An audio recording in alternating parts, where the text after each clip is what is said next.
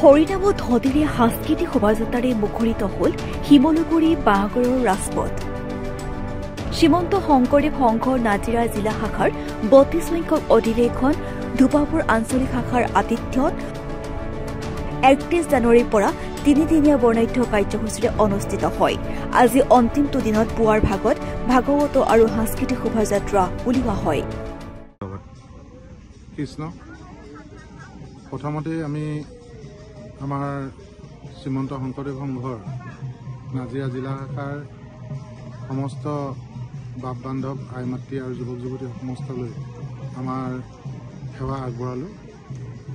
আজি ১ মাহৰ পৰাই শ্ৰীমন্ত শংকৰদেৱ সংঘৰ নাজিৰা জিলা শাখাৰ ৩২ সংখ্যক বাৰ্ষিক অধিৱেশন ভাগ প্ৰস্তুতি চলি আছে আৰু আজি দ্বিতীয় দিনাখন যিটো আমাৰ কাৰ্যসূচী ইতিমধ্যে আমাৰ দুভাগ কাৰ্যসূচী আমাৰ ইতিমধ্যে হৈ গৈছে। ধৰ্মধ্বজা উত্তোলন আৰু ভাগৱত আৰু সাংস্কৃতিক শোভাযাত্ৰা ইতিমধ্যে পাৰ হৈ গৈছে। ইয়াৰ পিছত আমাৰ মুকলি সভা আছে, বিষয় বাছনি সভা আছে আৰু সন্ধিয়ালৈ আপোনাৰ মহিলাসকলৰ ভাওনা এখনো আছে।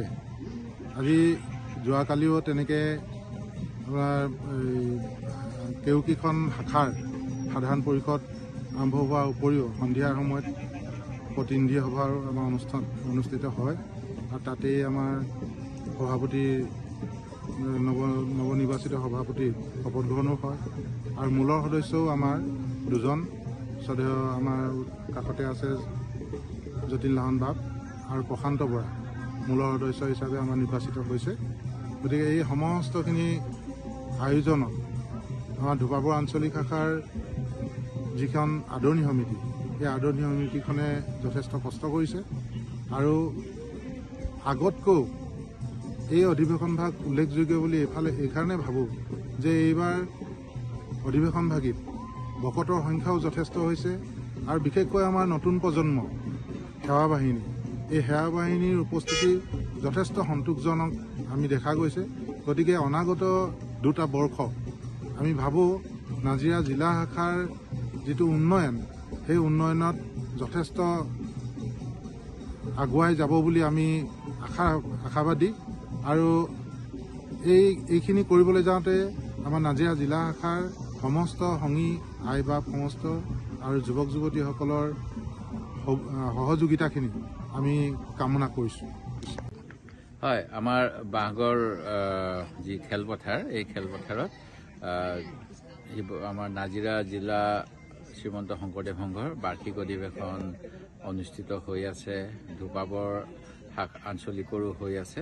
আজি ইয়ালৈ আহি আমাৰ যিসকলে মহাপুৰুষৰ ধৰ্মত বিশ্বাস কৰে, যিসকলে আমাৰ সমাজত সুখ শান্তি বিচাৰে, তেখেতসকল সকলোৱে যে মহাপুৰুষৰ দেখাই দিয়া আদৰ্শৰে চলিব লাগিব সেই কথাখিনি আমি আলোচনা কৰোঁ।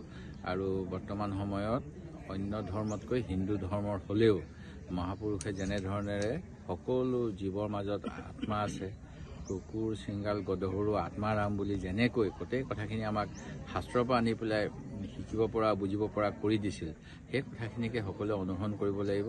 অসমখন শক্তিশালী কৰিব লাগিব। সেই কথাখিনিকে ইয়াত আমি পুনৰ সংকল্প লৈছোঁ। নাজিৰাৰ পৰা দিলীপ হাজৰিকাৰ ৰিপৰ্ট, DB নিউজ।